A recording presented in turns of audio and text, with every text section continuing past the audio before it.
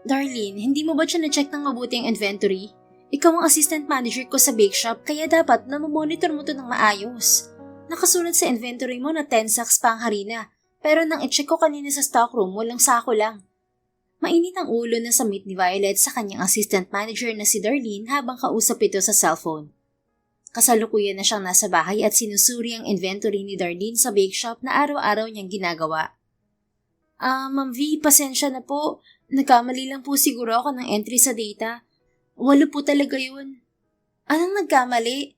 Darlene naman, bibilangin mo lang na maayos ang stocks. Kung hindi pa ako pumunta kanina sa bake shop, hindi ko pa malalaman. Ano to? Niloloko mo ba ako?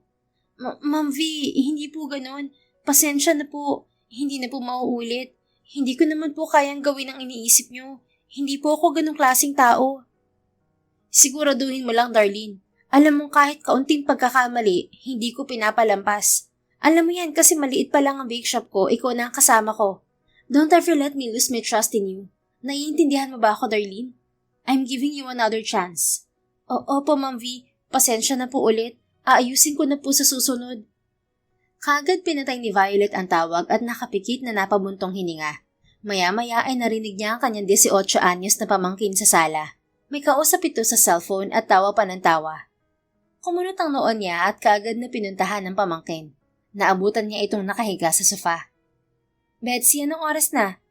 Bumangon ito mula sa pagkakahiga sa sofa at tiningnan ang oras sa phone nito. It's already 10 p.m. na po, Tita Violet. Anong sinabi ko? Kapag 10 p.m. na, lights off na. Ano pang ginagawa mo rito sa sofa? Bakit hindi ka pa matulog? Mukha namang wala kang school project o homeworks na ginagawa. Sino bang kausap mo? Tita, kaibigan ko lang sa school. Saka wala naman po akong pasok tomorrow. Pero may projects at homework yung gagawin, di ba? Betsy, college ka na next year. Kailan ka ba magmamature? Kung may bakante kang oras, ngayon mo na sana ginawa.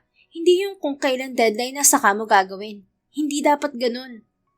Pero tita, bakit kay mommy pwede ako mag-procrastinate? Sa mommy mo pwede, pero dito ka sa Bulacan nakatira. Sa bahay ko mismo, Betsy. Isang linggo ka na rito at nilinaw ko sa'yo na may rules ako. Kung maluwag sa'yo si Ate Vivian, pues ako hindi. Nasa Dubai siya at nagpapakahirap para mapag-aral ka ng mabuti. Nandito ka kasi ako mag-aalaga sa'yo habang wala siya. Wala ka naman ibang mapupuntahan. Yung tatay mo sumama sa ibang babae at iniwan kayo. Kaya nga napilitan mag-abroad si Ate Vivian, di ba? At ako, syempre to the rescue ako sa kapatid ko at sa'yo. Kaya sana lang, wag mong nilalabag ang rules ko sa bahay na to. Tito naman, alam ko naman po yun. Tinutulungan niyo kami ni Mommy, kaya nga po thankful ako sa inyo. Ang gusto ko lang naman po is mag-rest muna. Bukas ko na lang po gagawin ang mga dapat kong gawin sa school. It's Saturday naman tomorrow, right? Tumawa siya ng sarkastiko at inayos ang kanyang suot na salamin. Talaga? Rest? Gusto mo magpahinga pero may kausap ka sa phone mo? Tita, I told you, friend ko lang po ang kausap ko. Friend? Patingin ng phone mo kung friend mo nga. Akin na. Inilahad niya ang kanyang palad, ngunit itinago ni Betsy sa bulsa ang phone nito. Tita, friend ko lang talaga to. Patingin nga kasi kung friend mo nga lang. Kapag hindi mo binigay ang phone mo, hindi mo na magagamit yan simula bukas. But tita, seryoso ako Betsy, akin na. Napanguso ito at napabuntong hininga. Dahan-dahan itong nilabas ang phone nito at inabot sa kanya. Tiningnan niya ang pinakahuling kausap nito sa call logs at nakita ang pangalan ng isang lalaki. Walter? Sino tong Walter na to? I told you, tita, kaibigan ko yan. Ang alam ko, puro babae ang friends mo, Betsy. Sino tong Walter? Kinagat ni Betsy ang ibabang labi at napilitang sumagot. Suitor ko po. Suitor? Sinabi ko bang pwede ka magpaligaw? Pero tita, I'm already 18. Ang sabi ni puro ka mommy. Kailangan ko bang ulit-ulitin sa'yo? My house may rules. At kung hindi mo kayang sumunod sa rules ko, you better leave my house.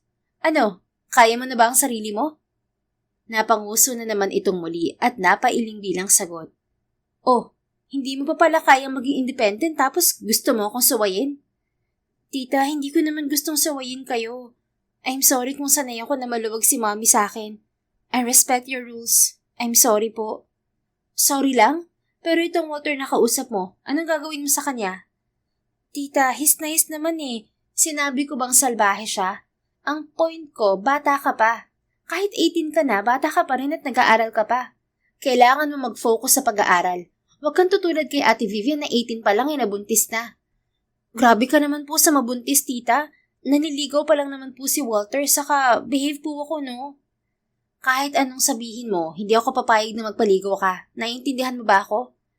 Tita naman, para namang hindi kayo dumaan sa ganito dati. I'm sure naranasan mo rin na maligawan nung teenager ka. Kahit nga po ngayon na 30 years old ka na, alam ko may gusto pa rin manligaw sa inyo. Ayaw niyo lang talaga. Alam mo, maganda kong pamangkin. Sa una lang masaya yan. Magagaling lang naman ang mga yan kasi nililigawan ka nila. Pero kapag tumagal, magbabago din ang mga yan at iiwan ka rin. Dudurugin ang puso mo. Alam mo yung pakiramdam na dinukot ang puso mo tapos walang anesthesia? Ganon ang pakiramdam. Gusto mo bang maranasan yun? But tita, magkaiba naman siguro tayo ng magiging experience. Huwag ka na pong masyadong bitter. Hindi naman po lahat ng lalaki katulad ng ex nyo. Hindi makapaniwalang napaismid si Violet sa sinabi ng pamangkin niya. Paano mo naman nalaman na may ex akong ganun? Pinaikot nito ang mga mata. Tita, obvious naman po. Kaya kayo ganyan ka-strict kasi iniwan at sinaktan na kayo dati. Walang bitterness sa katawan niyo kung minahal kayo ng tama dati. Aba, ang dami mong alam ah. Hindi naman po, nababasa ko lang kayo. Nangingibaba po kasi yung bitterness niyo. Ayaw niyo akong sumaya. Bitter na akong bitter. Wala akong pake kung yan ang tingin mo sa akin. Wala mo nang gagamit ng cellphone ngayon. Maliwanag? Pero tita, wala nang pero. Umakyat ka na sa kwarto mo. Hindi ka muna magsi-cellphone ngayon. Napasibangot ito at padabog na umakyat sa hagdan. Napabuntong hininga na lang si Violet habang nakatingin sa hawak na cellphone ng pamangkin. Okay lang magalit ka sa akin. Huwag ka lang matulad sa akin, Betsy. Anya. Muling bumuntong hininga si Violet habang inaalala kung paano siya naging ganun ka-bitter. 18 years old din siya noong mahulog sa kaklasing si Clifford. Niligawan siya nito at mabilis niya itong sinagot. Ngunit kalaunan ay nalaman niyang niligawan lamang siya nito dahil matalino siya at siya ang tagagawa ng homeworks nito noon. Kahit nalaman niya yun ay handa niya itong patawarin, ngunit iniwan din siya nito. Dahil unang pag-ibig niya yun ay talagang tumatak sa kanyang batang isip na hinding-hindi na magtitiwala sa mga lalaking nagpapakita ng motibo sa kanya. Kinabukasan ay nagtungo si Violet sa kanyang bake shop na may pangalang Valeria Delights.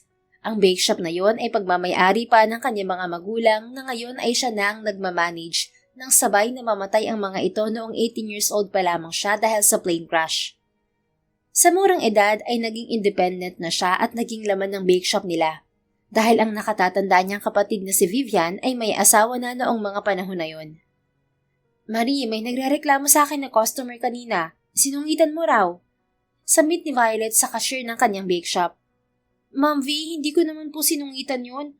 Sa totoo lang siya naman ang unang nagsungit kasi pabago-bago siya ng order. Inuulit ko lang naman sa kanya yung order niya para malinaw at masigurong sure na siya na yun ang bibilhin. Nainis ba naman sa akin? Siyempre po, pinagtatanggol ko lang ang sarili ko. Napataas ang mga kilay ni Violet sa paliwanag nito. Alam mo, Marie, customers are always right. Pero tama yung ginawa mo. Kapag sinungitan ka, sungitan mo rin pabalik. Huwag ka magpapatalo as long as alam mo na nasa tama ka, okay? Minsan kasi wala na rin sa tama ang mga yan. Napakurap-kurap ito na tila nabigla sa mga sinabi niya. Ang akala siguro nito ay papagalitan niya ito. Oo nga po, Ma'am V. Salamat po. No problem. Maya-maya lang ay pumasok sa bake shop niya ang kakilala niyang dalaga na si Mayi. Kaklase ito ng pamangkin niyang si Betsy. Hi po, Tita Violet. Bati sa kanya ni Mayi nang makita siya. Mayi, sinong kasama mo? Si Mommy po, nasa car. Dumaan lang po ako rito kasi naalala ko na dito pala yung bake shop niyo. Si Betsy po pala. Kumunot ang noo niya. Bakit mo siya hinahanap? Akala ko magkasama kayo. Ang sabi niya may gagawin daw kayong school project sa bahay niyo. Pinayagan ko naman since ikaw naman ang kasama. Ha? Hindi ko po siya kasama, tita. Actually, inaya ko nga po siya sa bahay kasi nga may gagawin kaming school project. Pero sabi niya bukas na lang daw po kasi pupunta siya sa birthday party ng kuya ni Walter. Halos umusok ang ilong ni Violet sa darinig. Walang duda na nagsinungaling sa kanya si Betsy para lang makatakas at makapunta sa manliligaw nito. Mayi, alam mo ba kung saan ang bahay ng Walter na yon? Yes po, Tita Violet. Sa Caloocan po. Sa Caloocan? Nakarating siya ron? Taga dun po kasi yung kuya ni Walter. Marahas na napabuntong hininga si Violet. Tinanong pa niya si Mayi tungkol sa address ng pinuntahang party ni Betsy at nagpasalamat siya rito. Kaagad niyang pinuntahan ang lugar na yon upang sunduin ang pamangkin. Pagdating doon ay bumungad sa kanya ang malaki at malawak na bahay kung saan ginaganap ang pool party. Marami ring tao na nakasuot ng swimsuit at may mga hawak na pulang plastic cup. Nakapasok siya roon dahil inaway niya ang guard na nasa gate at sinabing nasa loob ang kanyang pamangkin. Maya-maya ay nakita niya si Betsy na nasa gilid ng pool at nakaakbay dito ang isang matangkad at gwapong binata na batid niyang si Walter. Sinasabi ko na nga ba? Gigil na sambit ni Violet bago pasugod na lumapit kay Betsy. Nagulat ang mga ito nang hilain niya ang kanyang pamangkin. Natapon pa ang laman ng hawak nitong pulang plastic cup.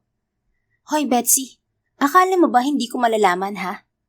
Gigil na bulong niya rito. Kahit paano ay ayaw rin naman niyang mapahiya sila sa mga bisita. Kaya sumimple lang siya ng lapit dito. Tita, I can explain. Explain? Nagsinungaling ka na sa akin? At tingnan mo nga yung suot mo. Halos kita na yung kaluluwa mo. Tita, this is a pool party. Of course, magsusuot kami ng ganito. Ang point ko, bakit ka nagsinungaling? I told you, wag na wag mo akong susuwayin. Pero ginawa mo pa rin. I'm sorry, tita. Pero ngayon lang naman po to. Nahihiya lang kasi ako tumanggi kay Walter. At sa akin, hindi ka nahihiya? Mas gusto mong madismaya ako kaysa sa maniligaw mo na yan? Tumikim ang binatang si Walter na nanonood sa pag-aaway nilang magdita. Excuse po, I'm Walter Montejero po. Please po, wag na kayong magalit kay Betsy. Ako po ang nagpumilit sa kanya na pumunta rito sa birthday party ng kuya ko. Binigyan niya ng matalim na tingin ang binata at napaiwas naman ito ng tingin. Kahit nagagalit siya ngayon ay hindi niya pwedeng sigawan ito at ipahiya. You know what? Gusto kong magalit sa'yo, pero itong pamangkin ko ang nagdesisyon na magsinungaling sa akin. Pero gusto kong malaman mo na ayoko munang ligawan mo si Betsy. Gusto kong mag-focus muna siya sa pag-aaral. Naiintindihan mo ba ako? What's happening here? Napalingon si Violet sa nagsalita sa kanyang likuran. Tumambad sa kanya ang isang matangkad na lalaking naka-topless at tanging swimming trunks lamang ang suot. Inayos ni Violet ang kanyang suot na salamin habang sinisipat ang itsura ng mala-adonis na lalaki. Matipuno ang pangangatawan nito at may six-pack abs. Hindi rin papatalo ang mukha nito dahil sobrang gwapo nito at kapansin-pansin ang matangos nitong ilong at mapupungay na mga mata. Gayunpaman, tinaasan niya ng kilay ang bagong dating na lalaki. At sino ka naman? Bakit ka nakikialam? This is my party. May karapatan ako malaman kung anong nangyayari dito. And you, hindi kita kilala. Paano ka nakapasok dito? Did I send you an invitation? Pinaningkitan niya ito ng mga mata at may napagtanto. Ikaw palang birthday celebrant. So I guess, ikaw ang kapatid nitong si Walter.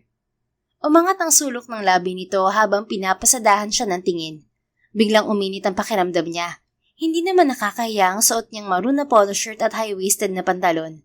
Hindi nga lang yun ayon sa party na kinaroroonan niya ngayon. Siya lang ang hindi nakapang-swimming kaya kapansin-pansin siya sa lahat. So, ikaw pala ang warden ng nililigawan ng kapatid ko. Napasinghap siya sa sinabi nito. Warden? Warden, a guardian, tagabantay sa kilos ni Betsy. Nakwento ka na sa akin ng pamangkin mo. Ikaw si Violet Ojeda, di ba? I'm William Montejero, but you can call me Liam. Wala akong pakialam kahit anong pangalan mo pa, Prince William. You still have the nerve to mock me, huh? Para tawagin akong warden ng sarili kong pamangkin?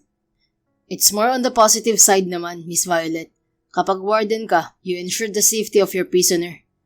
At anong gusto mong palabasin? Na kinukulong ko ang pamangkin ko? Iba ang kinukulong sa pinoprotektahan. Pareho nang nasa tamang edad ang pamangkin mo at ang kapatid kong si Walter. I think it's the right time to let them spread their wings. Let them learn from their mistakes. Hindi matututo ang mga yan kapag binawalan mo ng binawalan. Madali sa iyong sabihin yan kasi lalaki ang nasa side mo. Babae ang akin, Mr. William Montejero.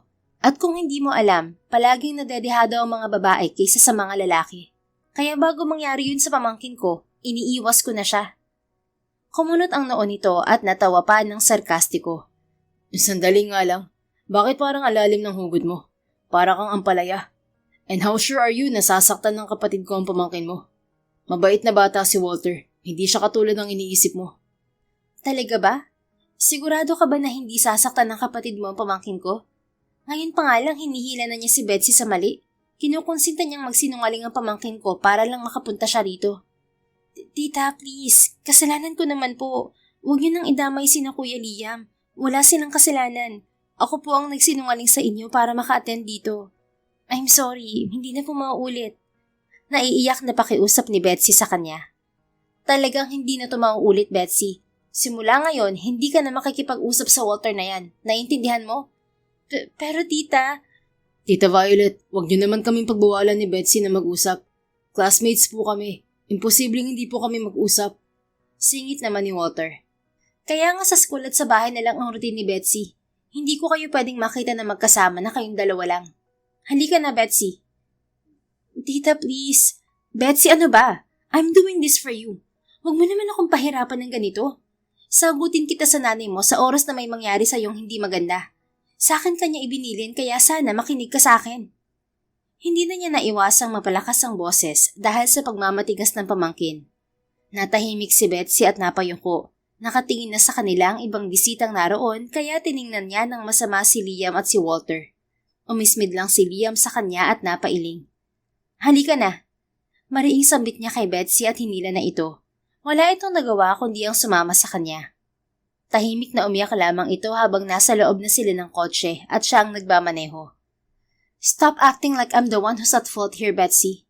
Ikaw ang sumuway sa akin. Ikaw ang nagsinungaling.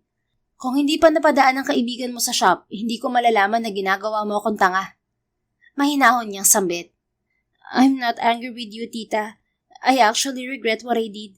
My actions triggered something inside you kaya kayo nagagalit ng ganyan. Naiintindihan mo kung bakit ako nagkakaganito? I'm just trying to protect you, Betsy. Pamangkin kita kaya mahal kita. Ayokong pagsisihan mo mga ginagawa mong desisyon sa buhay mo. Kaedad mo lang din ako noon nang maloko ako ng isang lalaki. I was so innocent that I couldn't even notice the difference between real and fake love. At ayoko maranasan mo yon. Trust me, it will destroy you. Napakabata mo pa naman. Hindi mo kailangan magmadali sa pag-ibig, Betsy. Kaya ba ganyan kayo, tita? Pero what if hindi mangyari sa akin ang nangyari sa inyo? Paano kapag nangyari sa'yo? Tingin mo may babalik mo pa ang lahat? Saka mo naintindihin yung love life na yan kapag nakagraduate ka na. Doon alam ko mas magiging matured ka na at hindi ka na madaling mauuto ng kahit na sino. Kaya sa ngayon, intindihin mo muna ang sinasabi ko dahil para din naman sa'yo to. Maano ba naman na makahintay ka ng 4 na taon bago ang love life na yan? Don't ever lie to me again, okay? Ilang segundo itong hindi nakasagot at maya-maya lang ay nagsalita rin. I'm sorry, tita. Iiwasan ko na po si Walter. That's good. Palalampasin ko tong ginawa mo at last chance mo na to, Betsy. I know, tita. Hindi na po mauulit. Napabuntong hininga na lamang muli si Violet. Nang makauwi na sila sa kanilang bahay ay tahimik na umakyat na si Betsy sa kwarto nito. Samantala, 1 linggo na rin ang nakalipas magmula nang makilala ni Liam si Violet, ang tita ng nililigawan ng kapatid niyang si Walter. Napansin niya ang pagiging matamlay ng nakababatang kapatid nang yayain niya itong maglaro ng billiard sa likod ng kanilang mansyon. What's with the long face, my little brother? Tanong niya kay Walter habang inaasinta ang bola gamit ang cue stick.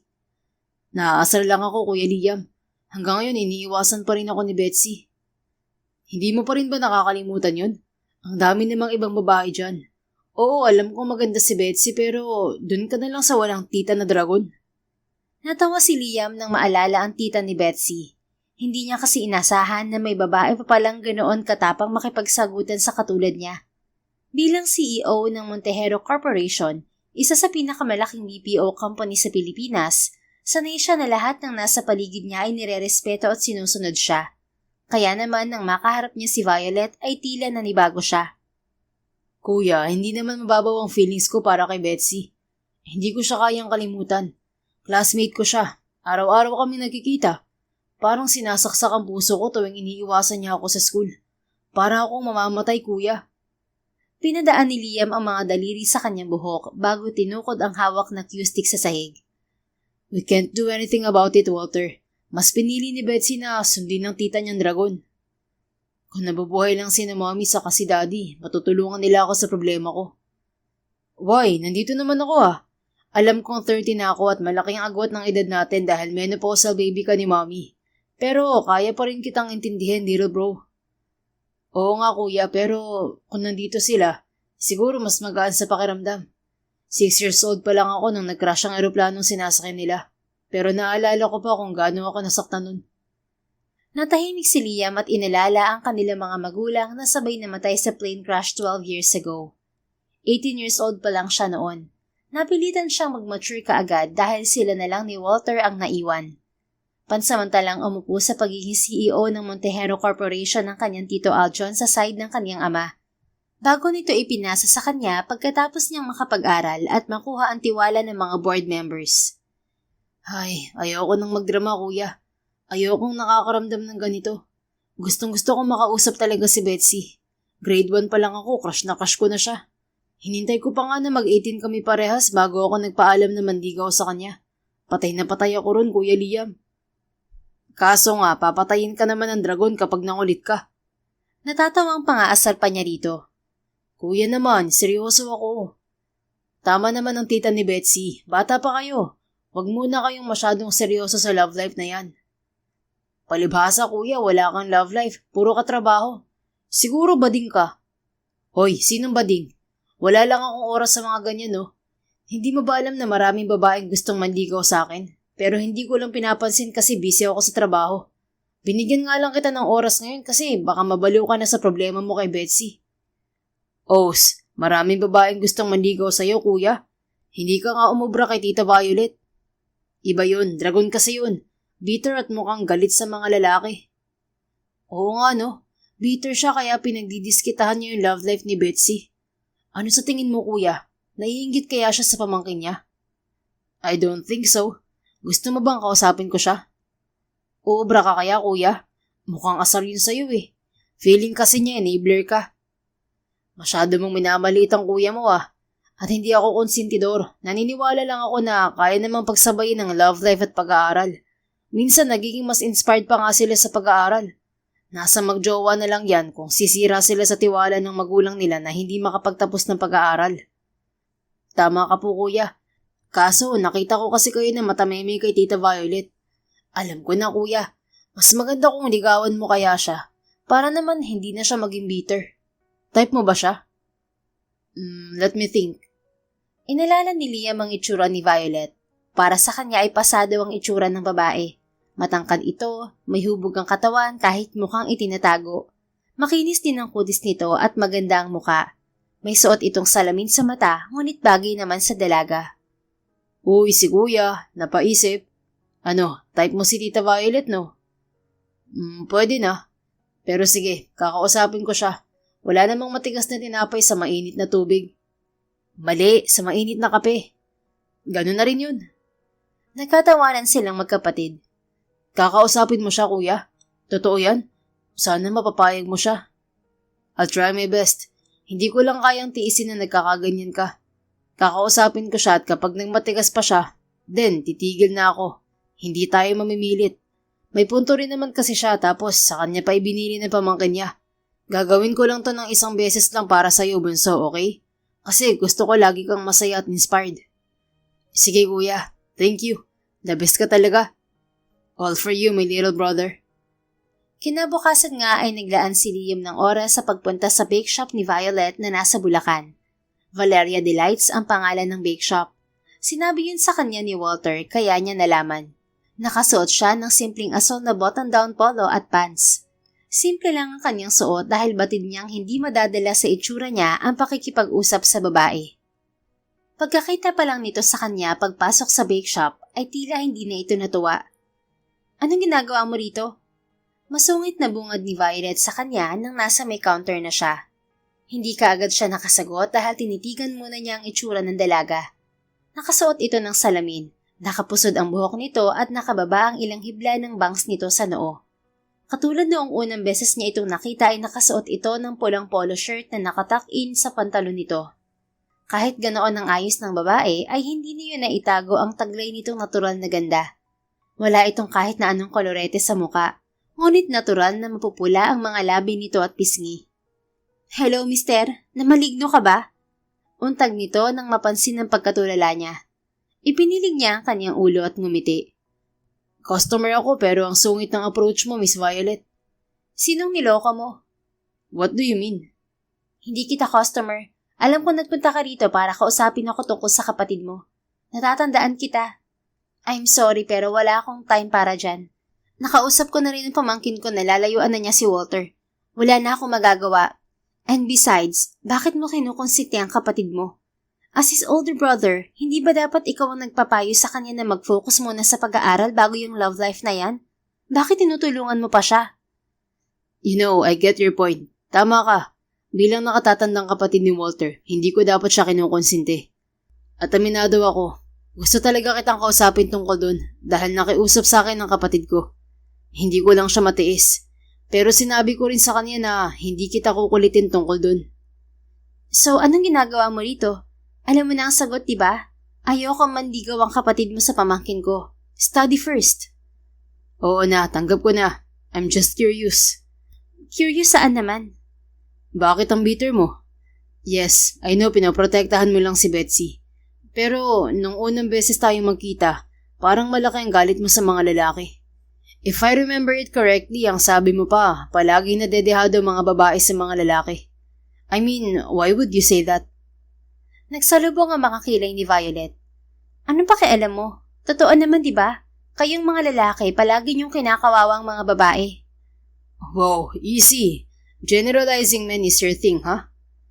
Hindi ko naman sinasabing lahat. But based on my experience, gagawang karamihan sa inyo. Mahilig maglaro tapos mangiiwan sa ere.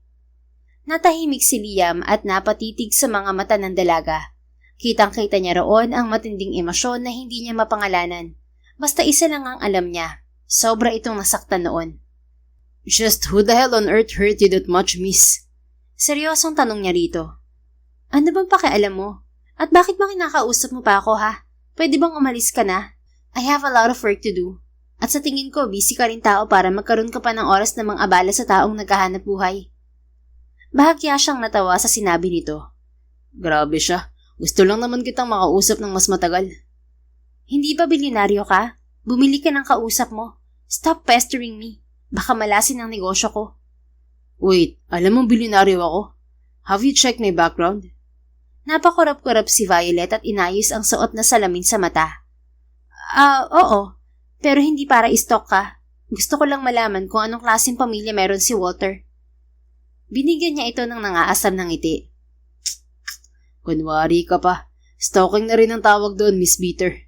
But don't worry, I don't mind. Mas gusto ko nga yung iniistok ako. Naningkit ang mga mata ng babae at tila nais na siyang bigwasan. Kaya naman tumawa na lang si Liam at tumigil na sa pangungulit. Sige na nga, bye for now. Bye forever. I don't wanna see your face anymore. Madrama siyang napahawak sa kanyang dibdib. Ouch, ang sakit naman nun. Ikaw pa naman ang tagyawat ko. Napangiwi ito sa sinabi niya. Tigyawat? Crush, hindi ba nagkakaroon ng tagyawat ng mga tao kapag may crush sila? What? Are you for real? Naniniwala ka sa ganon? At anong crush-crush niyang sinasabi mo? Ano ka, teenager? Kilabutan ka nga. Naniniwala ka na crush ang ibig sabihin ng tigyawat? Nagkakaroon ng pimples ang isang tao dahil sa bakterya, hindi dahil sa crush. Natawa si Liam sa sinabi nito. Of course I know that. Gusto ko lang namang makitang maasar ka. Well, asar na ako ngayon. Happy? At kapag hindi ka pa lumayas, baka ibato ko na sa'yo itong mga gamit sa harapan ko. Taray naman. Siyempre happy ako. Nakita na kasi kita ulit. Nagdikit ang mga labi ni Violet at gigil na iamang ang maliit nitong kamao sa kanya. Wow, violent ha? Pangaasar pa niya dito. Hindi ka aalis? Magpapatawag ako ng guard. Wala kang guard, Miss Violet. Impit na napatili ito sa inis, kaya naman tinigilan na niya ito sa pangaasar. Alright, I'm leaving. Baka mamaya silaban mo na ako. Dragon ka pa naman. Just freaking leave. God, mamalasin talaga ang shop ko sa'yo. Tinawanan niya lang ito at kinindatan bago naglakad paalis. Ngunit nabangga niya ang isang customer na kakakuha lamang ng in-order nitong iced coffee. Natapon ang laman niyon sa kanyang suot na damit. Oh God, I'm so sorry. Kulat na saad ng may edad na babaeng nakabunggo niya. No, it's okay po. It's my fault. I wasn't looking. I'll pay for your iced coffee. Hindi na, it's okay. Look at your shirt. Basang-basa ka. It's okay, ma'am. Tutulungan naman ako ng owner ng bake shop na to. Hindi ba, Miss Violet? Bumaling siya kay Violet na gulat nang magitin niya ang pangalan nito. Me? Takang tanong nito habang nakaturo sa sarili. Who else? You're gonna help me, right? Pinandilatan siya nito ng mata. Ngunit dahil ayaw nitong mapahiya sa customer ay ngumiti na lang ito ng peke at tumango. Of course, ma'am. Don't worry about him. It's okay. It's his fault anyway. Siya na lang po ang magbabayad ng drinks niyo since siya naman ang nakabunggo sa inyo. Binalingan nito ang tauhan. Marie, gumawa ka ulit ng iced coffee. Tapos singilin mo sa lalaking yun na hindi tumitingin sa daan. Pabulong pa ang pagkakasabi sa huling sinabi. Yes, Ma'am V. Bumaling si Violet sa matandang customer. Just wait for your iced coffee, ma'am. I will take care of this clumsy man here. Are you sure, Iha? I mean, nakakahiya sa inyong dalawa. No, don't worry about it, ma'am. Sige po, maiwan muna namin kayo. Hinatak na ni Violet si Liam patungo sa loob ng isang silid kung saan ang mga staffs lamang ang pwedeng pumasok. Dumiretso sila sa pantry kung saan walang tao. Napasingha pa ang binata dahil sa bango ng binibake ng mga tinapay mula sa kusina ng shop.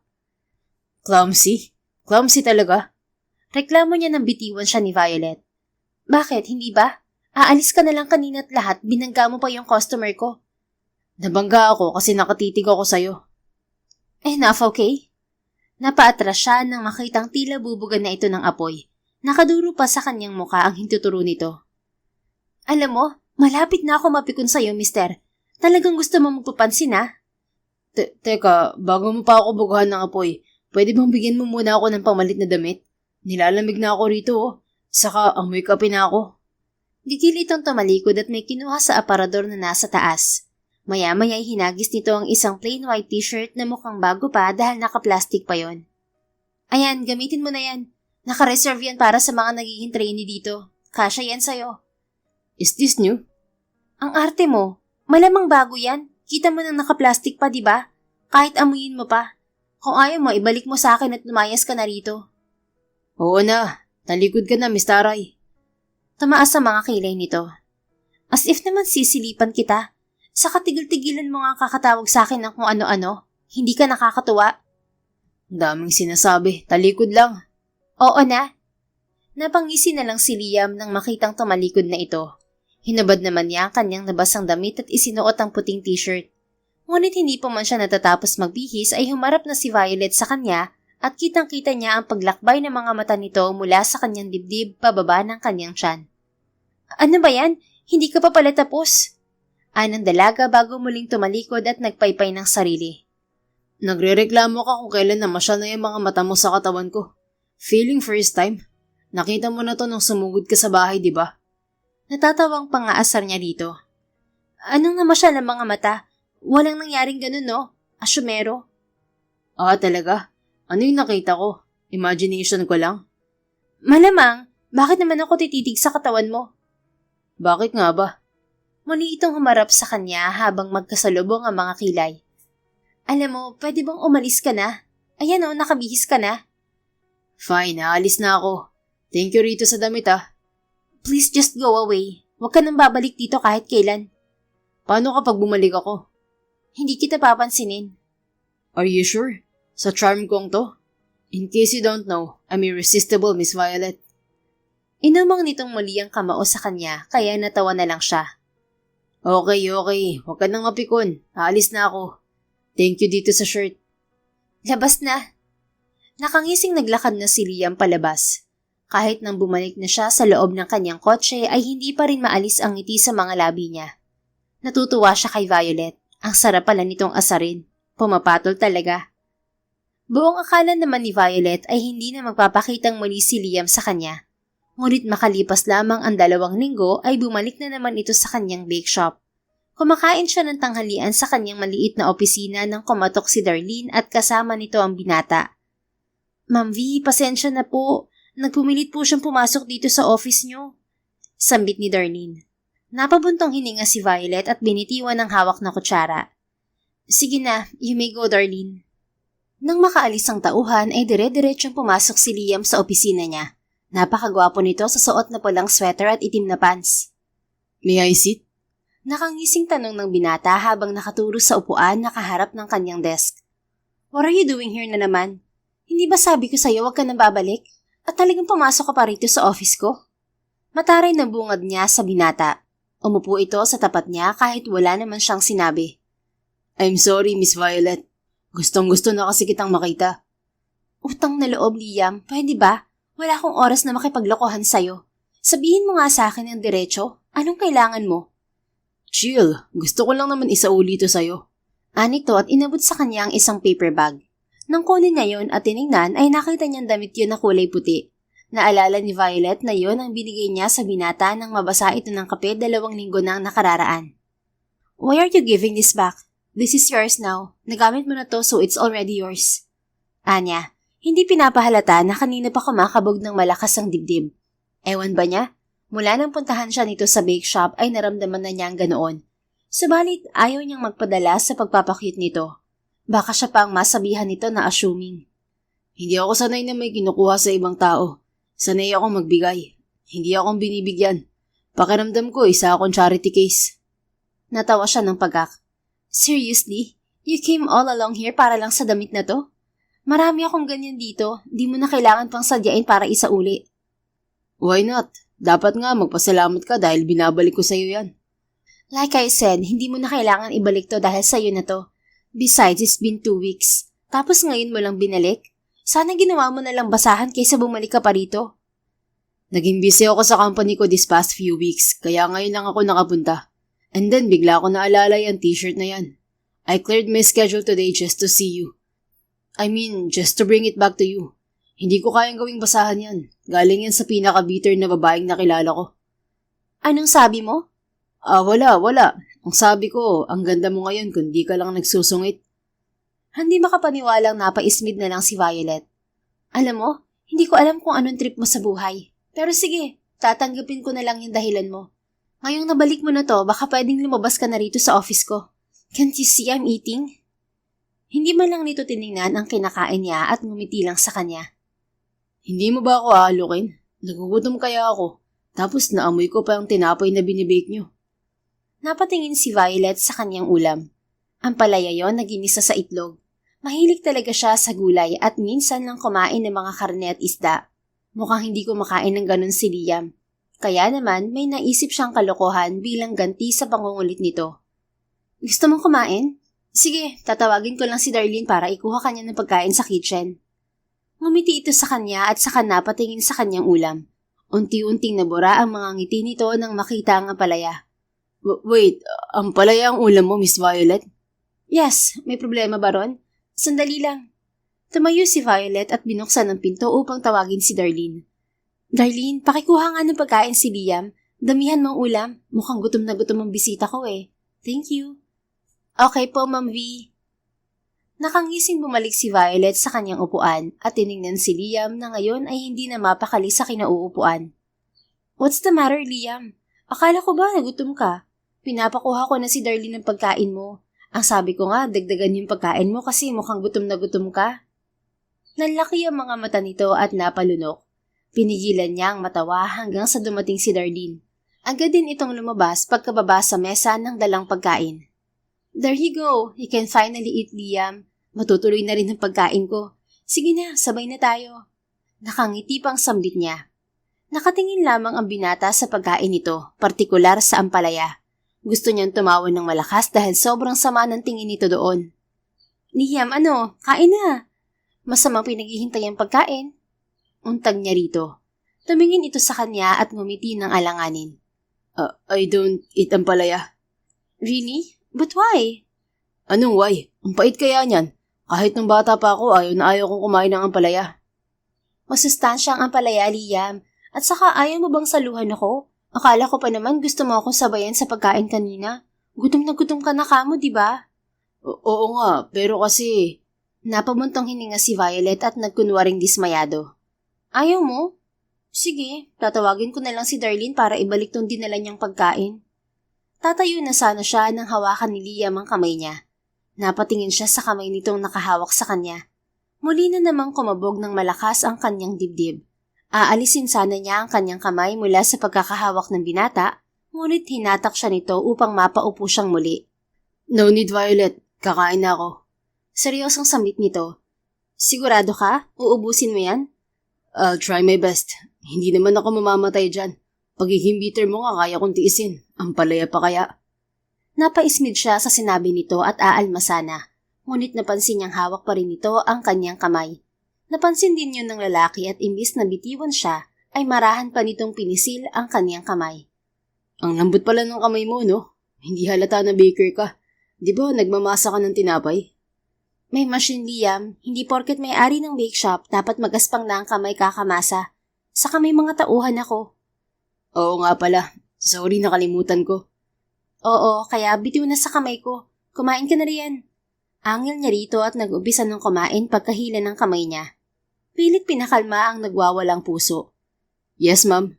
Sumaludo pa si Liam sa kanya at nag-umpisa na rin kumain. Gustong matawa ni Violet lalo na nang makita niya kung paano nalukot ang mukha ng lalaki nang mag-umpisa itong kumain ng ampalaya. Tila nais nitong iluwa ang kinakain. Ngunit kumuha ito ng panyo sa bulsa at itinakip sa bibig habang pilit na nilulunok ang kinakain. Maluha-luha pa nga ito habang nilalasap ang mapait na ampalaya. Mas gusto pa naman ni Violet na hindi lutong-luto ang ampalaya. Nasanay na ang panlasa niya sa pait niyon. Sarap, no? Mapang-asar na tanong niya rito.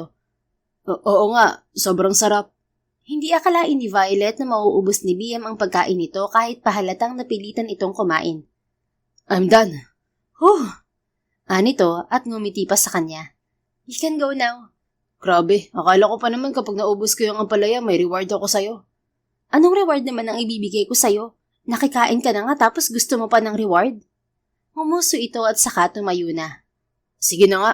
Thank you sa pagpapakain sa akin ng ampalaya. Sobrang nag-enjoy ako. Grabe. Hindi na napigilan ni Violet ang matawa sa pagiging sarkastiko ng lalaki. Hindi ko nga alam na mauubos mo eh. I don't want to disappoint you, Violet.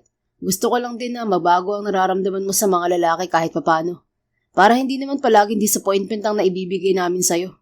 I just want to make you smile. Yun lang. Napakurap-kurap si Violet sa sinabi ni Liam. Mukhang seryoso ito dahil walang tono ng pagbibiro ang pagkakasabi nito. Alam kong may lalaki na nakit sa'yo, kaya ka ganyan.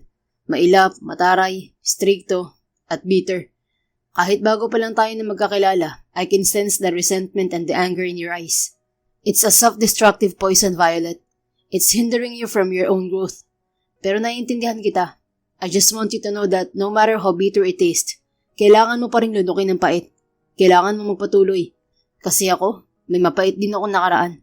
Pero katulad ng ampalayang pinakain mo sa akin, pinilit kong lunukin. Kasi wala naman na ako magagawa. Nangyari na. Natahimik si Violet. Ngayon niya lang narinig na ganun kaseryoso si Liam at may punto ang mga sinasabi nito. Napatitig siya rito at ganoon din ito sa kanya. Inalis niya ang bara sa kanyang lalamunan bago nagsalita. Bakit? Ano bang mapait na nangyari sa'yo dati? O sisa niya? My parents both died in a plane crash 12 years ago. 18 pa lang ako nun. 12 years ago? Plane crash? Yup. Bakit? Sa plane crash din kasi namatay ang parents ko. 12 years ago rin at 18 lang din ako nun. Wait, kailan namatay ang parents mo? November 15. Nalaki ang mga mata nito. Right. November 15 din nag-crash ang eroplanong sinasakyan ng parents ko noon. Talaga? Ibig sabihin, nasa iisang eroplano ang parents natin noon? Probably. What a coincidence, right? Napaawang na lang ang bibig ni Violet at hindi makapaniwalang napatitig na lang kay Liam. Hindi niya akalain na makikilala niya ang isang tao na kapareho niyang naulila dahil sa pagsabog ng eroplano. You know what? I think destiny tayo, Violet. Destiny? Walang ganun, oy. Ayan ka na naman sa pagiging bitter mo. Kaunti na lang talaga at ipapahunting ko na yung lalaking nanakit sa'yo. At ano naman gagawin mo? Bubugbugin mo? Hindi. Tatanungin ko siya kung bakit kanya sinaktan. Kung ako yun, hindi kita sasaktan kagaya ng ginawa niya. Alam mo, mula nang magkakilala tayo, palagi kong iniisip na paano kaya kung hindi ka nasaktan noon. May kislap siguro yung mga mata mo. Nakangiti ka siguro lagi. Kasi tingnan mo, Nagpapatakbo ka ng bake shop. Karamihan ng mga tinitinda mo puro sweets. Dapat sweet ka rin. Kaya lang, baliktad. Sobrang bitter mo. Ayokong maging sweet. Ang cringy kaya? Kapag ako nag-baby sa'yo, cringy pa rin kaya? Ngayon pa nga lang kinikilabutan na ako sa'yo. Ouch! Ang sakit naman nun. Para akong sinaksak sa dibdib ah. Pagkatapos kitang payuhan kanina. I didn't ask for your advice, Liam. Alam mo, mas mabuti pa umuwi ka na. Sigurado akong busy ka. Busy nga ako, but I make time for you, Violet. Pero sige, hindi na muna kita kukulitin. Nagulat siya nang ilapag nito ang hawak na panyo sa kanyang desk. Kumunot ang noo niya. Ano naman yan? Iiwan ko tong panyo ko sa'yo. Ano? Bakit mo naman iiwan yan dito? Anong klaseng trip na naman yung iniisip mo? Relax. Gusto ko lang magkaroon ng dahilan para bumalik dito. Kukunin ko to kapag kailangan ko, ha? Ngumisi pa ito ng nakakaloko bago ito tumayo at naglakad na palabas ng pinto. Napahawak na lang si Violet sa kanyang dibdib dahil nagwawala na naman yun. Shit! Masama to. Bakit ba kasi napakakulit ng lalaking yun? Lumipas muli ang ilang linggo. Hindi inaasahan ni Violet na hihintayin niya ang pagbabalik ni Liam. Naiinis siya sa kanyang sarili dahil hindi dapat siya naghihintay sa lalaking yun, lalo pat nagpapapansin lamang ito sa kanya. At naisip din niya na malamang ay na-challenge lang dahil nga may pagkakasungit at mataray siya sa mga lalaki. Isang araw, absent ang dalawa sa kanyang baker dahil sabay nagkasakit. Saktong marami rin siyang rush orders na cupcakes, kaya hindi siya magkanda o gaga sa loob ng baking area. Tinulungan na siya ni Darlene, ngunit hindi pa rin yun sapat, hanggang sa hindi niya inasahan ang pagdating ni Liam. Wow, mukhang wrong timing yata ako. Gulat na samit ni Liam nang makita siyang hindi magkanda o gaga sa paggawa ng maraming orders ng cupcakes. Pumasok na ito sa kusina nang sabihin ng tauhan niya na naroon siya. Akala kasi ng mga ito ay close sila. Napabuntong hininga si Violet at napatigil sandali upang bigyan ng nagbabantang tingin ang binata. Pwede ba, Liam? Kung mangungulit ka, pwede wag ngayon. Sobrang busy ako. Wala akong ibang katulong dito kung hindi si Darlene lang. Huwag ka naman nang dumagdag sa stress ko. Lumabas ka na. Di kita kailangan dito. Oh, do you need help? Help? Baka magkalat ka lang dito. Just go away. Well, kailangan ko na kasing makuha ang panyo ko. Wala rito ang panyo mo. Nauwi ko sa bahay pero malinis na yon. Nakalimutan ko lang dalhin. Balikan mo na lang kapag di na ako busy. It's okay. Tutulungan na lang kita rito. Nagsalubong ang mga kilay niya. Anong tutulungan mo ako? Do you even know how to bake? Sa gulat niya ay kinindatan siya nito, dahilan upang mapalunok siya at mawala na naman sa focus. Just trust me on this, Violet. Napaawang na lang ang kanyang bibig nang kumuha ito ng apron sa mga nakasabit sa gilid at nag-umpisa siyang tulungan sa pagsasalin ng batter sa mga nakahilerang cupcake liners. Nalilito man sa kung anong dapat maramdaman ay nagpatuloy si Violet sa mga kailangang gawin, katulad ng paglalagay ng icing sa ibabaw ng cupcakes na nauna niyang nagawa. Hanggang sa hindi niya namalayang natapos siya ng mabilis dahil na rin sa tulong ni Liam. Nakakahon na ang mga customized cupcakes at i-deliver na lang. I didn't know na may alam ka pala sa pagbibake.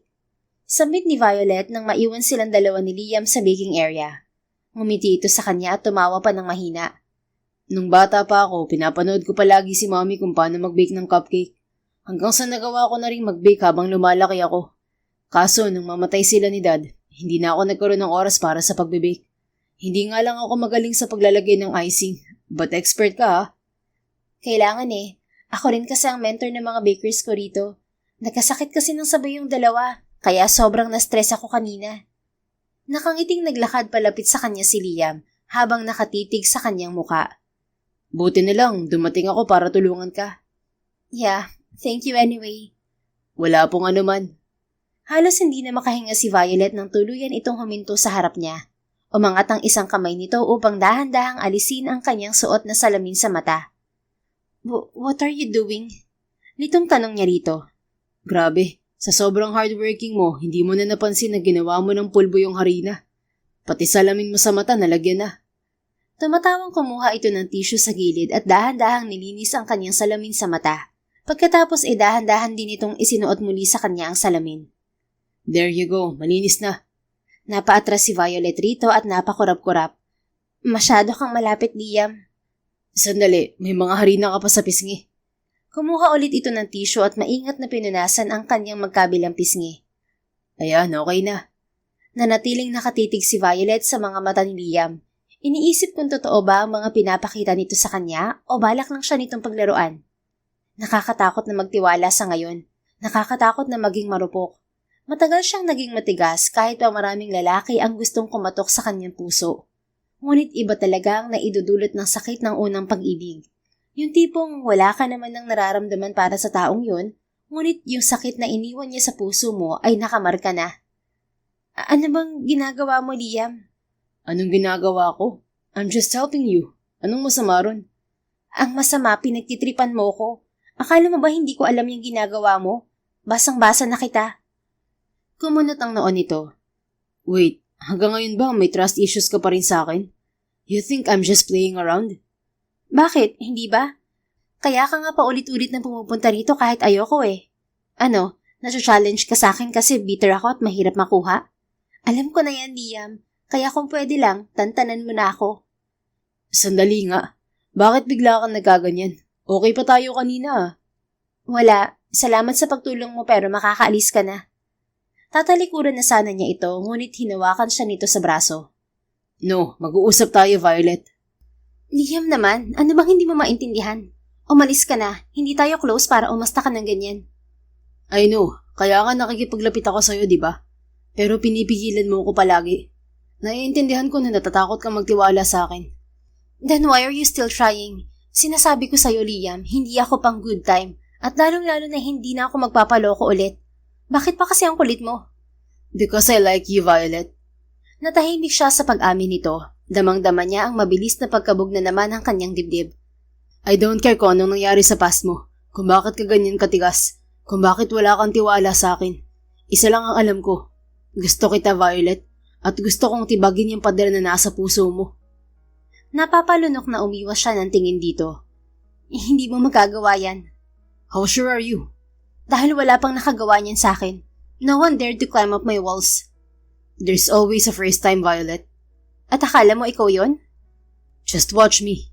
Ayoko. Umalis ka na. Tantanan mo na ako. Yes, I'm leaving. Pero nasa iyo pa rin yung panyo ko.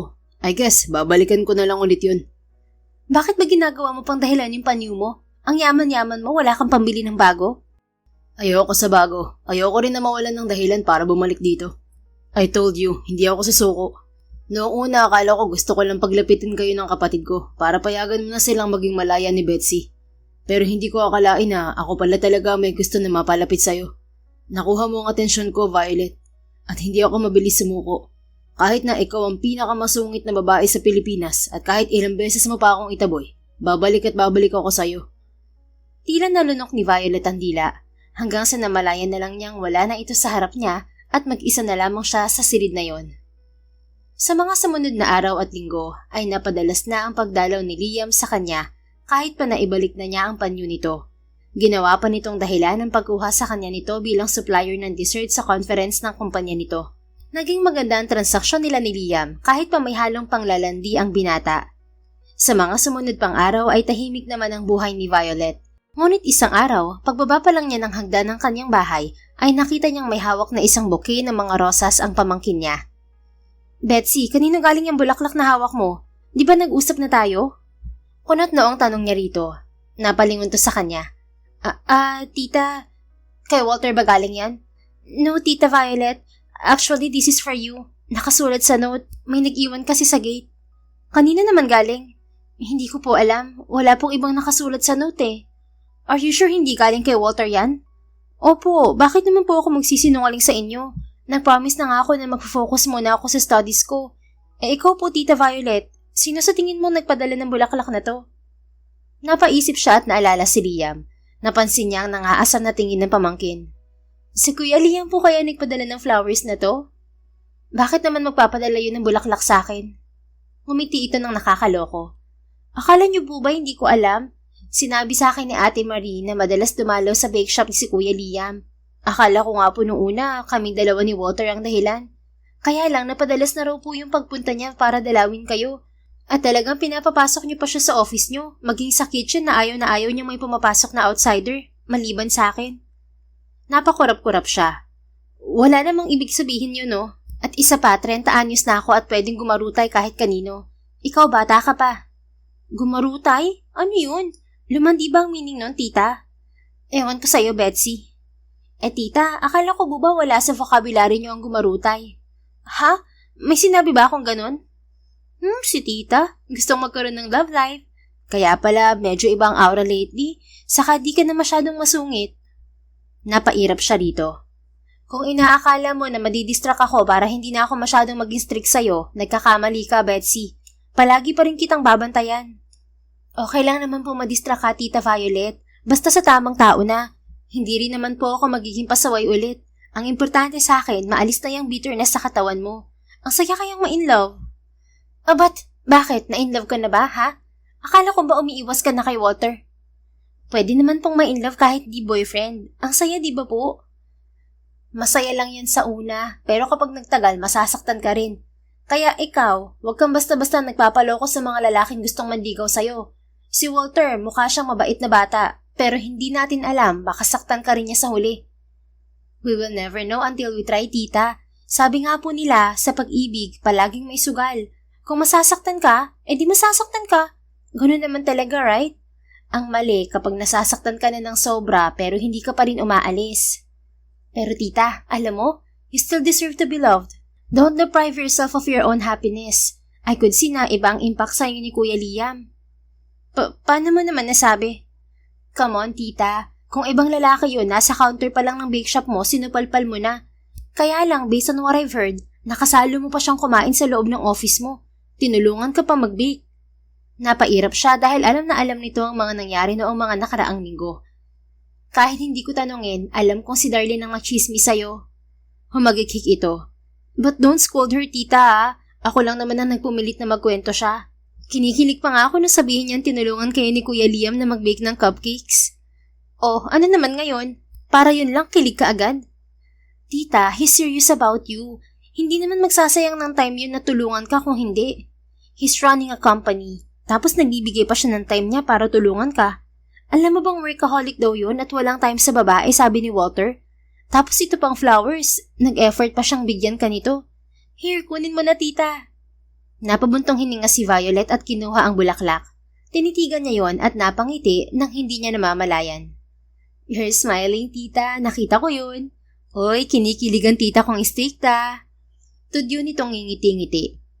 Umakit ka na nga sa kwarto, Betsy. Okay po.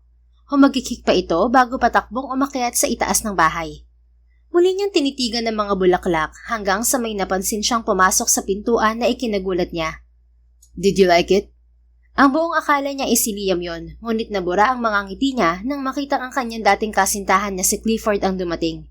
Ito ang lalaking nanakit sa kanya noong 18 years old pa lamang siya. Ito rin ang dahilan kung bakit naging bitter siya at nawala ng tiwala sa mga lalaki. Hindi alam ni Violet kung anong unang mararamdaman niya ngayong kaharap niya si Clifford. Basta ang alam niya, galit at pagkasuklam ang nangingibabaw ngayon sa kanyang dibdib. How are you, Violet? Tanong pa nito at saka dahan-dahang naglakad palapit sa kanya. Hindi siya nakasagot, napatitig lang siya sa itsura nito. 12 years nang nakalipas ngunit tila walang nagbago sa itsura ng lalaki. Guwapo pa rin ito, lalo na sa suot na denim jacket at itim na pants. Ngunit kailanman ay hindi niyon mabubura ang mga kasalanang ginawa nito sa kanya noon. Violet? Untag nito. Sa'yo ba galing ang bulaklak na to? Malamig na tanong niya rito. Oo, paborito mo ang red roses, di ba? Sino nagsabi sa'yo na pwede mo akong bigyan ng ganito? Tila nahihiyang napangiti ito. Gusto ko lang talagang bigyan ka ng bulaklak. Ang tagal din nating hindi nakita. Actually, kakauwi ko lang kasi galing New York. Doon ako nag-aral ng college and I currently have a business project here in the Philippines. Tapos naalala kita.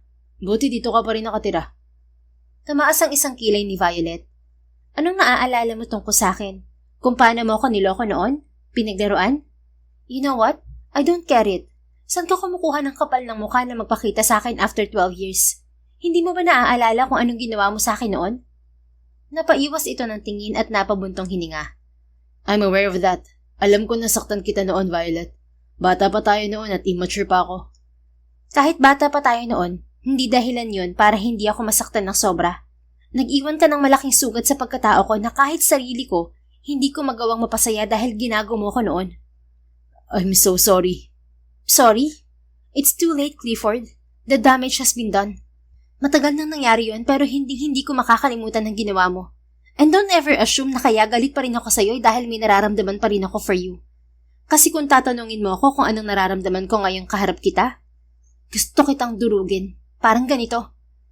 Gigil niyang hinagi sa sahig ang hawak na bulaklak at tinapaktapakan yun ng paulit-ulit. Ganito ko ka gustong durugin ka. Yung mukha mo, yung buong pagkatao mo, gusto kong durugin. Violet, please. Napatigo siya sa ginagawa ng hawakan siya ni Clifford sa magkabilang balikat. Tila nagmamakaawa ang mga mata nito. I came here to apologize, okay? Mag-usap tayo ng maayos. Huwag ganito. Bitiwan mo ako. Inalis niya ang mga kamay nito sa kanyang balikat.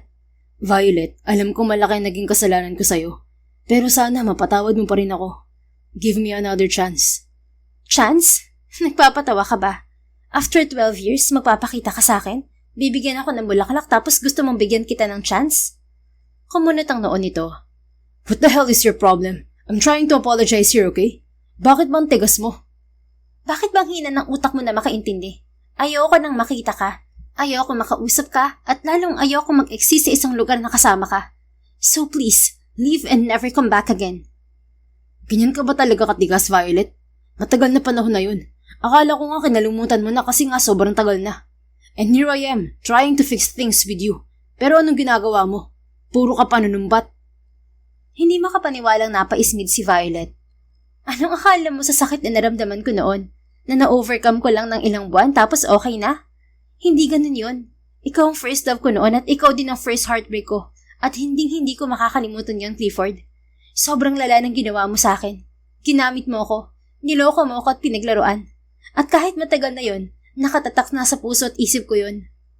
So hindi ka pa rin nakaka-move on sa akin? Ganun ba? Shame on you. What? Kung galit na galit ka pa rin sa akin, that only means one thing. May feelings ka pa rin sa akin. Damn you. Hindi ko alam kung saan ka kumukuha ng kapal na mukha para sabihin yan. Tumawa ito ng sarkastiko. You know what? I give up. Kung ayaw mong tanggapin ang apology ko, then don't. I just tried to win you back because at the age of 30, I want to settle. At ikaw lang ang naisip kong babae na pwede kong makuha agad. Hindi ko naman alam na galit ka pa rin sa akin. Akala ko katulad noon, madadala kita sa mga bulaklak at sa mga ngiti ko. Madali kitang nakuha noon pero natuto ka na pala. Can't blame myself though. Ganun kasi ang pagkakakilala ko sa'yo. Madaling umuo, madaling mauto, madaling ma-fall. Looking at you right now, hindi ko maiwasang isipin na tama ang desisyon ko noon. Naiwan ka at hindi na balikan. Kasi bakit naman kita babalikan? Look at yourself. You have nothing to offer. Lalo pa ngayon puro bitterness ang pinapairal mo. Sinong magmamahal sa katulad mo? You're a self-destructive woman. Walang taong gugustuhin samahan ka magpakalugmok. Hindi ko nga alam sa sarili ko kung bakit sinubukan pa kitang balikan. Mas maraming magagandang babae kaysa sa'yo. Nagdikit ng mariin ang mga labi ni Violet at kaagad na sinampal ng malakas ang lalaki. You and your pride and ego. Nagsasalita ka ng ganyan ngayon kasi na-reject kita? Napakagago mo talaga kahit kailan. Umalis ka na bago pa kita habulin ng kutsilyo. Because believe me, kanina ko pa gustong gawin yun. Isang ismid lamang ang isinagot nito bago dahan-dahang tumalikod. Ngunit lumingon pa ito sa kanya at nagsalita. In case you don't know, Violet, hindi kita minahal noon. I just used you. Nothing else. Ikaw lang ang pinakamadaling itapon ko noon. Tila kutsilyon tumarak ang mga salitang yun sa dibdib ni Violet.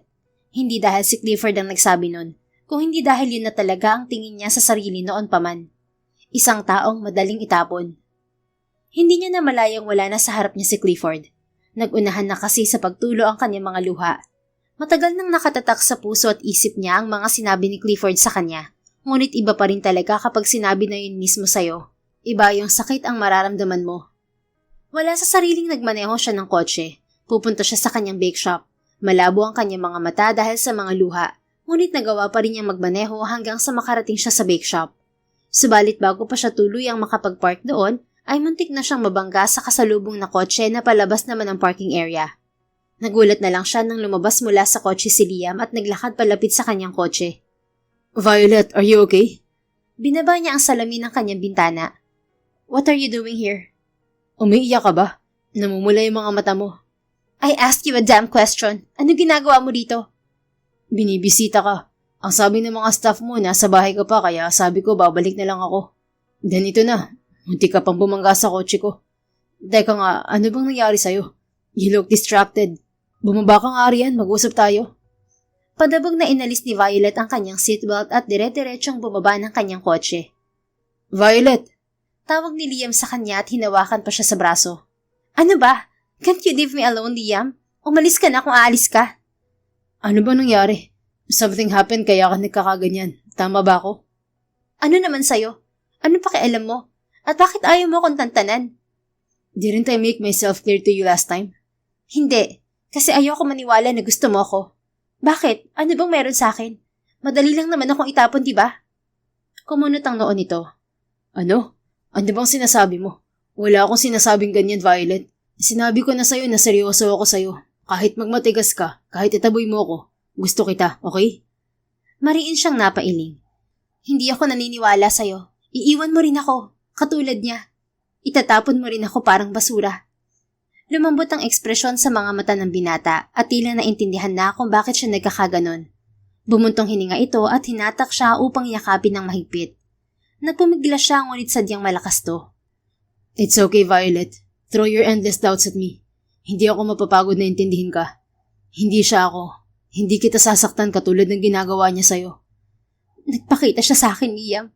And all he did was to mock me. Parang proud pa siya na ginawa niya sa akin yun. Bakit ganun kadali para sa kanya na sabihin yun sa akin? At bakit kasi hindi na lang ako maging manhid? Kasi alam ko naman Alam ko naman na madali lang akong itapon. Pero bakit kailangan ko pang masaktan ng ganito? Akala ko bato na ako. Akala ko matigas na ako. Hindi pa rin pala. He mocked you? Sinabihan ka niya ng masasakit na salita? Nagalit siya sa akin kasi hindi ko tinanggap ang apology niya. Bakit ko tatanggapin? Ano bang akala niya sa paghingi ng tawad? Ganun-ganun lang? Na kapag nag-sorry siya, mapapatawad ko na kagad siya? Hindi. Ang dami ng mga pagkakataon na pwede siyang humingi ng tawad pero hindi niya ginawa. Kaya lumalim ang sugat sa puso ko. Kaya ako naging ganito. Parang ang dali-dali lang sa tulad niya ang manloko ng babae. Pero hindi nila alam kung gaano kalalim ang sugat na iniiwan nila sa mga babaeng niloko nila. That means he's not sincere enough, Violet. Kasi kung sincere siya sa paghingi ng tawad, hindi ka niya iinsultuhin. Gagong yun. Kung nakita ko lang yun, baka naupakan ko na yun. Kumala siya mula sa pagkakayakap dito at napatitig sa mga mata nito. Gustong gusto ko rin talaga siyang upakan nang makita ko siya kanina. Pero hindi ko nagawa. Kahit man lang sana sa ganung paraan ay nakaganti ako sa kanya. Naging bitter ako sa loob ng maraming taon dahil sa kanya. Natakot ako magtiwala at magmahal muli dahil sa kanya. Tapos ganito lang ang mapapala ko. Ang dami kong sinayang na luha sa walang kwentang lalaki na gaya niya. Don't worry, akong gaganti para sa'yo. Tahan na, okay? Nandito ako. Ngumiti si Liam sa kanya at tila natunaw ang kanyang puso. Kung kanina ay nag-aalab sa galit ang kanyang dibdib, ngayon ay mas kalmado na siya dahil sa presensya ni Liam, na kahit hindi niya hiniling ay nanatili ito sa tabi niya hanggang sa maging okay siya. Hinatid siya ng binata pabalik sa kanyang bahay. Sinamahan pa siya nito sa kwarto niya at hindi iniwan hanggang sa makatulog siya. Nagising na lang siya na gabi na. Narinig niya ang boses ni Liam sa balcony kaya pupungas-pungas na nagtungo siya roon upang silipin ang binata. Liam? Lumingon ito sa kanya habang may kausap ito sa cellphone. Ngumiti ito at pinatay ang tawag. How are you feeling? Nakangiti nitong tanong at nilapitan pa siya upang masuyong haplusin ang kanyang buhok. Muntik na siyang himatayin sa pagiging sweet nito, ngunit hindi niya pinahalata. Ayos na ako. Bakit hindi ka pa umuwi? Gabi na Saka hindi mo man lang ako ginising. Mahimbing na ang tulog mo. At saka ayokong umuwi kasi gusto kong samahan ka muna. Si Betsy nga pala, pumunta muna sa bake shop para tumulong since wala ka ron ngayon. You need to rest. Ayos na nga ako. Thank you sa pagbantay sa akin. Pwede ka nang umuwi. Nakakaistorbo na ako sa'yo. Hindi ba may kumpanya ka pinapatakbo? Ano ka ba? I can manage. Kikita yun kahit wala ako. Kung kailangan ako sa office, pwede naman akong pumunta kaagad. Sa ngayon, okay naman, so walang problema. By the way, may ipapakita ako sa'yo. Ano naman yun? Nakangiti nitong pinakita ang cellphone nito kung saan nakaplay ang isang video. Natutop niya ang kanyang bibig nang makitang si Clifford yon. Nakaupo ito sa isang upuan at nakagapos sa mga kamay sa likod. Nakapiring din ang mga mata nito habang paulit-ulit na sinisipa ng dalawang lalaki na hindi hagip sa kamera ang muka. Anong nangyari? Bakit siya binubugbog? Naguguluhang tanong ni Violet. Binigyan ko lang ng leksyon yung gago mong ex. Kasi sabi mo kanina gustong-gusto mo siyang sapukin pero hindi mo nagawa. So ako nang nag-utos sa mga connection ko para hulihin siya at gawin sa kanya yan. Tingnan ko naman kung di pa yan matuto. Baka nga bumalik na agad yan ng US dahil sa takot. Bakit mo naman ginawa yun? Baka magsumbong sa mga pulis yun. Mayaman din ang lalaking hambog na yan. He can't do that. Kita mo naman sa video nakapiring siya. Hindi rin niya malalaman na ako ang nag-utos. Alam mo, paminsan-minsan kailangan din nating parusahan ng isang tao sa sarili nating mga kamay. Kasi yung ginawa niya sa'yo, hindi siya makukulong dahil dun. Kaya ganyan na lang yung ginawa ko sa kanya para turuan siya ng leksyon. Para naman kahit papano, maibsan ang bigat sa dibdib mo at maramdaman mo na nakaganti ka man lang sa kanya. Hindi ko kayang hayaan na masaktan ka ng ganyan dahil lang sa gagong Clifford na yan. I could treat you like a queen, kaya hindi pwedeng may umaapi sa reyna ko. Napapalunok na napaiwas siya ng tingin sa binata. Kahit kasi hindi maganda ang ginawa nito ay tila gumaan ang kanyang pakiramdam na iginanti siya nito kay Clifford. Hey, you look disappointed. Don't worry, ngayon ko lang ginawa na mag-utos na mambugbog ng isang tao. Para lang sa'yo kaya ako ginawa yun.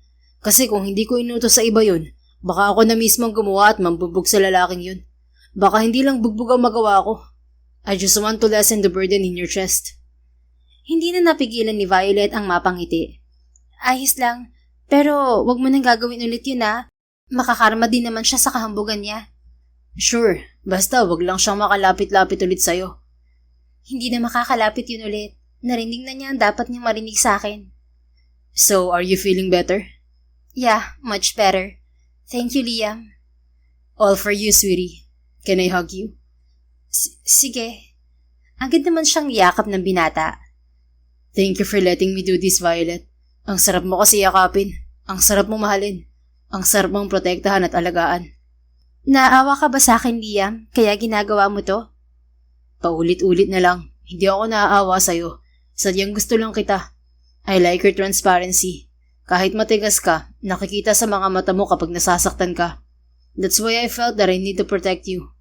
Hanggang sa tumagal ng tumagal, hindi ko lang gustong protektahan ka. Gusto ko nang maging bahagi ng buhay mo. I want to enter your world, Violet. Just let me in. Hindi ko gagawin sa iyo ang ginawa ni Clifford. Napapikit ng mariin si Violet at mas lalong nagsumiksik sa dibdib ni Liam. Napakagaan ng paligid ngayong amoy na amoy niya ang pabango nito. Dinagdagan pa ng masuyo nitong paghaplos sa kanyang buhok. Naroon pa rin ang takot sa kanyang dibdib, ngunit mas nananaig ang kagustuhan niyang sumugal para kay Liam. Hindi mo naman ako sasaktan, di ba? Halos pabulong niyang tanong, ngunit alam niyang narinig pa rin ng binata. Hindi ko maipapangako na hindi kita masasaktan. I'm not perfect, Violet, pero kayang-kaya kong ipangako sa'yo na hindi kita sasaktan intentionally. Kasi kapag mahal mo ang isang tao, hindi ka gagawa na ikasasakit niya. Napangiti si Violet at mas lalong niyakap ang binata. Oo na, suko na ako, Liam. Gusto rin kita. Natuod bigla si Liam at kaagad kumalas upang tingnan siya sa muka. Really? Oo, ang kulit mo kasi. Actually, matagal na kitang gusto rin. Ngayon nga lang ako napaamin. Natatakot pa rin kasi ako pero gusto kong sumagal sa'yo. Hindi mo naman ako bibiguin, di ba? Of course not. Thank you. Ayaw ko nang patagalin pa to. Skip na natin ang ligawan phase. Pwede mo naman akong ligawan habang tayo na, di ba? Basta sigurado akong gusto kita at gusto mo rin ako. Eh di tayo na. Are you sure? Hindi ka ba nabibigla? Napasimangot siya rito. Bakit parang ayaw mo? No, hindi ganun. Gusto ko lang makasiguradong hindi ka nabibigla. Alam ko kung ano ang nararamdaman ko. Hindi mo lang alam na palagi ako naghihintay sa'yo sa bake shop kapag hindi ka nangungulit. Isa pa, na-realize ko rin na bakit ba ikinulong ko ang puso ko sa galit dahil lang sa isang walang kwentang lalaking Clifford na yon. Hindi worth it na naging bitter ako sa lahat ng lalaki dahil sa kanya. Ngumiti ito na tila kinikilig. So, there are times pala na hinihintay mo ko? Oo nga, kakasabi ko lang eh. At saka, kinailangan ko lang pala makita ulit si Clifford para mapakawalan tong bigat sa dibdib ko. Alam kong hindi siya sincere sa paghingi ng tawad sa akin, pero gusto ko na siyang patawarin para pakawalan na ang galit ko. Yes, tama yan. At palagi mo tatandaan na kahit anong sabihin niya tungkol sa'yo, hindi mo dapat din paniwalaan. Dapat alam mo sa sarili mo na hindi ka basura, na hindi ka madaling itapon ng ganun lang.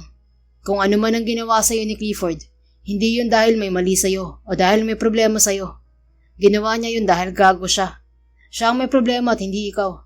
Ang sarap mo kayang mahalin, Ang sarap mahalin ng isang babaeng takot magmahal ulit. Pero tinatapangan niya at nilalabanan niya para maging masaya ulit. Kaya mo, di ba? Mamahalin mo rin ako. Hindi sumagot si Violet, bagkos ay tumingkayad siya at pinatakan ng halik sa labi si Liam. Kitang-kita niya ang gulat na reaksyon ng binata dahil sa kanyang ginawa. Pinamulahan siya ng mukha nang mapangisi ito ng nakakaloko. Dahan-dahan itong inalis ang suot niyang salamin. Alisin natin, baka masira. Nakangisi nitong sambit. Napangiti na lang din siya at niyakap ito sa batok. Kiss lang muna ha. Kiss lang. Napangiti siyang muli bago siya nito hinalikan sa labi. Mula ng araw na yun ay pinakawalan na ngang tuluyan ni Violet ang takot sa puso na magmahal muli. Hindi naman siya nahirapan na gawin yon sapagkat naroon si Liam at paulit-ulit na pinaparamdam sa kanya na walang kulang sa kanya.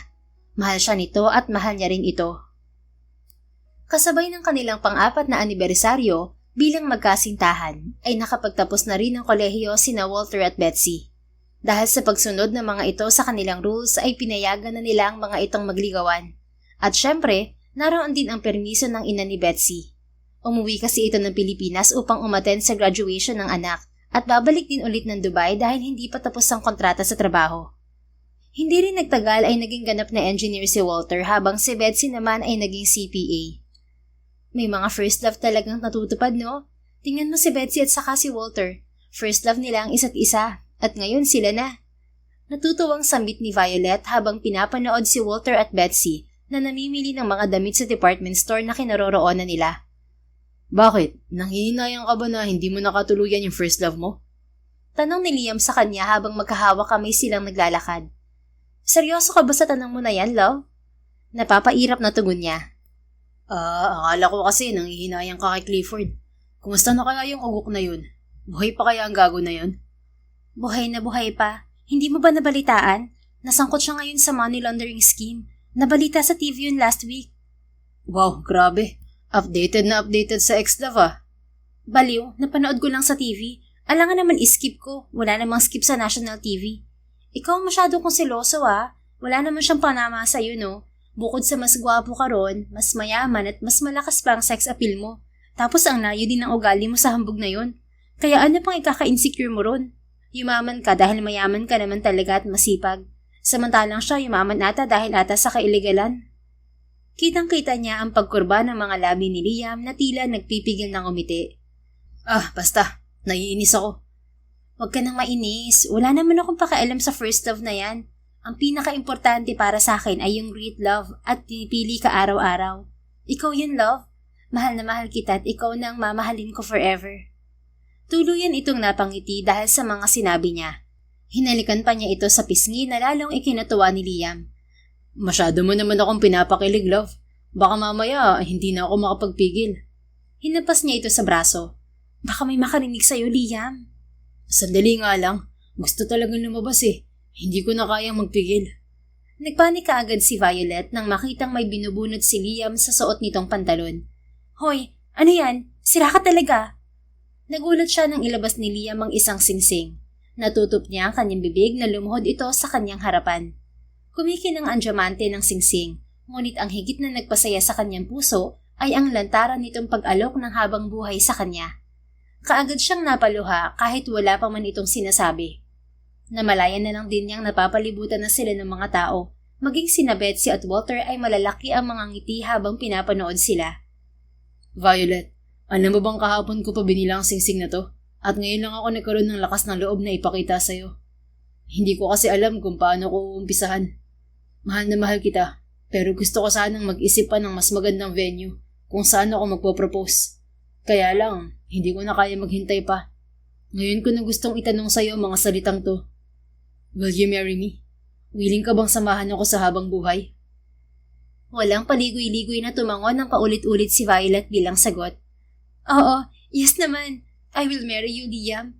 Walang paligoy-ligoy. Lumuluhan ang tugon niya dahil sa galak. Nagpalakpakan naman ng mga tao sa paligid nila at nagsigawan sa saya. Yes! Narinig niyo yun, di ba? Nag-yes siya! Tawang-tawang samit ni Liam bago tumayo at niyakap si Violet ng mahigpit. Pagkatapos ay isinuot na nito sa kanya ang singsing bago siya muling niyakap. Thank you so much, love. Mahal na mahal kita. I can't wait to marry you. Bulong nito sa kanya. Mahal na mahal din kita, Liam. Hindi mo lang alam kung gaano ako kasaya kasi sa wakas, papakasalan na kita. Ikaw na naging lakas ko para malampasan lahat ng takot ko noong sumagal sa pag-ibig. At hindi ako magsasawang iparamdam sa'yo na hindi ka nagkamali sa desisyon mong mahalin ako. Sapat na sa akin lahat ng ginawa mo, Liam. Hindi lang sapat, sobra pa sa sobra. Kaya oo, sasamahan kita sa habang buhay. Kasi ako, sinamahan mo akong maghilom. You love me in a way that no one can. Isang malaking ngiti ang isinagot sa kanya ni Liam bago walang pasabing sinakop ang kanyang mga labi. Mas dumakas ang tidian sa paligid at tila wala na silang pakialam pa dahil ang kanilang puso na iisa lamang ang tibok sa mga oras na yon ang mas importante. Matapos nga ang ilang buwan ay ikinasal na sila ni Liam. Maraming dumalo sa kanilang kasal at karamihan ay mga kakilala ni Liam sa business world. At syempre, umuwi ang kanyang kapatid na si Vivian. Hindi na rin ito umalis pa ng Pilipinas at nagdesisyong manatili na lamang sa bansa upang tulungan siya sa pagmamanage ng kanyang bake shop na ngayon ay mas dumami pa ang branch sa Luzon at kalaunan ay umabot na rin sa Visayas at Mindanao. Naging mas kilala kasi ang bake shop nila, lalo na nang ikasal siya kay Liam. At syempre, dahil na rin sa magandang kalidad ng bawat paninda nila, kaya dumami ng dumami ang kanilang loyal customers. Mabuti na lang din at naroon ang kanyang ate Vivian. Dahil makalipas ang 1 taon na kasal nila ni Liam, ay nagdalang tao na siya. Pansamantalang tumigil siya sa trabaho, lalo pat masela ng kanyang pagbubuntis. Hindi siya pinababayaan ni Liam kahit paabalan na rin ito sa sariling kumpanya. Mahal, tumataba na ako. Nakangusong sambit ni Violet habang tinitingnan ang sarili sa malaking salamin sa kanilang kwarto. Abala si Liam sa paghubad ng medyas. Kakauwi lang kasi nito galing ng opisina. So what kung tumataba na ang mahal ko? Maganda ka pa rin naman. Nakangiti nitong sagot. Umitim na rin ang kilikili ko, mister ko. So? May double chin na rin ako. O tapos? Ang lapad ko na, hubby. Tumatawang niyakap siya ni Liam mula sa likod. Ano ngayon? Ikaw pa rin yan. At saka kahit ano naman maging itsura mo, mahal na mahal pa rin kita. Natural lang yan kasi pinagbubuntis mo ang baby natin. Talaga lang ha? Hindi mo ako ipagpapalit kahit ganito ng itsura ko? Hinding-hindi no. Mahal na mahal nga kasi kita. Mamahalin mo pa rin kaya ako kahit maging ipis ako? Bakit naman magiging ipis, misis ko? Natatawa nitong tanong. Basta sagutin mo na lang. Oo naman, kahit maging garapata ka pa. Ganun kita kamahal. Kahit nga nung dragon ka, mahal na kita, di ba? Humagik-hik siya, lalo na nang pinupo siya nito ng halik sa kanyang pisngi. I love you, wifey. Ikaw ang buhay ko, at ikaw ang pinakamaganda sa paningin ko kahit na ano pang maging anyo mo. Nakangiting sambit ni Violet. And I love you more, hubby. Hindi rin nagtagalay ipinanganak na ni Violet ang isang malusog na sanggol na babae. Kamukhang kamukha ni Violet ang kanyang anak, kaya naman ituwang-tuwa lalo si Liam dahil matagal na nitong hiling na magkaroon ng mini version niya.